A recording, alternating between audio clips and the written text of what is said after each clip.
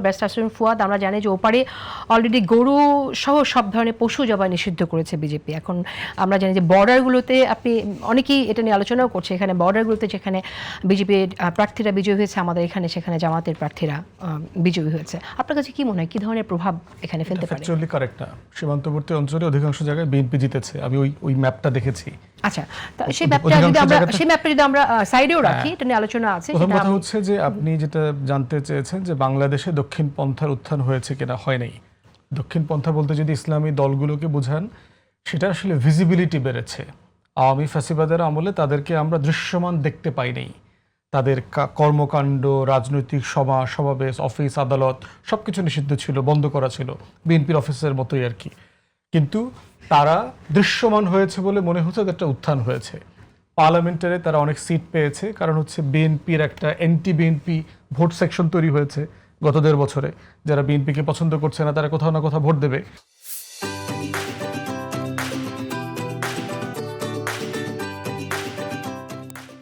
এইটা আমি জামাত আকারে অথবা ইসলামী দলগুলোর রাজনৈতিক উত্থান আকারে পাঠ করছি না, এটা আমার কাছে তা মনে হয় না। প্রশ্ন হচ্ছে যে ওই পারে শুভেন্দু অথবা অমিত শাহ অথবা মোদির ইকুইভ্যালেন্ট এখানে আছে কিনা, নাই, কখনো হবেও না। বিজেপির রাজনীতিটা দেখেন, বিজেপি কোনো পলিটিক্যাল পার্টি না পারসাই, ইটস এ ফ্যাসিস্ট আইডিওলজি। হিন্দুত্ববাদ, অখণ্ড ভারত, হিমালয় থেকে হিন্দুকুশ থেকে ভারত মহাসাগর পর্যন্ত পুরোটা একটা রাষ্ট্র তারা গড়বে, যেটা তাদের একটা কল্পিত রাষ্ট্র। তারা মনে করে তাদের এরকম একটা গোল্ডেন এরা ছিল এক সময়, যেটা হিস্টোরিয়ানরা আপনার রিফিউট করে দিয়েছে। ইন্ডিয়ান হিস্টোরিয়ানরাই বলেছে এটা বোগাস, এরকম কোনো জিনিস ছিলই না। ভারতকে যে আকারে আজকে আমরা দেখি, এইটা মোটা দাগে ইউনিফাই করেছে মুঘলরা, বাকিটা করেছে ব্রিটিশরা।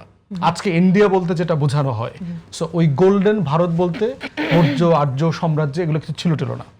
তাহলে এখন প্রশ্ন হচ্ছে, বাংলাদেশে আপনি চিন্তা করে দেখেন যে নতুন পার্লামেন্ট বিল্ডিং যখন করলো ভারত, মোদি, তখন দেখবেন দাঙ্গল একটা ম্যাপ বসিয়েছে, অখণ্ড ভারতের ম্যাপ।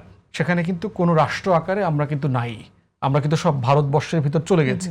আমাদের পুরো সার্ক, আফগানিস্তান, পাকিস্তানও নেই, মানে এই তো পুরো সার্ক, আফগানিস্তান, তিব্বত যা আছে সবকিছু এটার ভিতরে চলে গেছে। কয়েকটা দেশ তখন প্রতিবাদও করেছে, কিন্তু বাংলাদেশে আমাদের মাননীয় ম্যাডাম উনি প্রতিবাদ করবার প্রয়োজন মনে করেন নাই। বাংলাদেশের কোনো ইসলামী দল কি বলেছে কিনা যে আরবি ভাষায় কথা না বললে এই রাষ্ট্র থাকতে পারবে না, মুসলমান ছাড়া এই রাষ্ট্র হইতে পারবে না, এই রাষ্ট্রের একটা ম্যাপ থাকবে, এটা পুরোটা একটা ধর্মীয় রাষ্ট্র হবে? এই ধরনের কোনো ইকুইভ্যালেন্স কি কোনো কেউ বলেছে? বাংলাদেশের ইসলামী দল অথবা ইসলামিক কোয়ার্টার কি কখনো বলেছে যে মাইনরিটিকে নাই করে দিতে হবে, তাকে সেকেন্ডারি সিটিজেন বানাইতে হবে, তার জন্য detention camp, concentration camp, SIR, CR এইসব আইন করে তাকে নাই করে দিতে হবে? এই যে মাজার ভাঙার প্রবণতা বা এটাকে তো আপনি বিজেপির একটা আইডিওলজি আকারে দেখতে পারবেন না। কিছু জিনিস তো খুব অ্যাগ্রেসিভ, মানে এই প্রতিক্রিয়াশীলতার রাজনীতি, সেই ঘটনাটা খুবই একটা ছোট ঘটনা। আপনি যদি বিজেপির মডেলের সাথে কম্পেয়ার করেন, সে কি খাইতে পারবো, সে কি খাইতে পারবো না, আমার ধর্মীয় উপাসনালয় কিভাবে চলবে না, সেইটা পর্যন্ত নিষিদ্ধ করেছে। এবং গত পরশুদিন দেখেছেন মধ্যপ্রদেশের হাইকোর্ট আপনার 800 বছরের পুরাতন একটা মসজিদকে এখন টেম্পল ঘোষণা করে দিয়েছে। ইতিমধ্যে বিজেপি 800-র উপরে মসজিদ, মাদ্রাসা, এতিমখানা, ওয়াকফ প্রপার্টি বুলডোজ করে দিয়েছে, সিম্পলি নাই। তাহলে সেরকম কোনো ধর্মীয় প্রতিষ্ঠান কি এখানে আছে? 5 তারিখের পরে উল্টা কি হয়েছে দেখেন, বাংলাদেশে হেফাজত, মসজিদ, মাদ্রাসার ছেলেরা মেয়েরা মিলে রাত জেগে এদেশে মন্দির পাহারা দেয় না ইসলামী দলগুলো। অতএব ওই রকম একটা রিয়েলিটি বাংলাদেশে কোনোদিন আসবে না।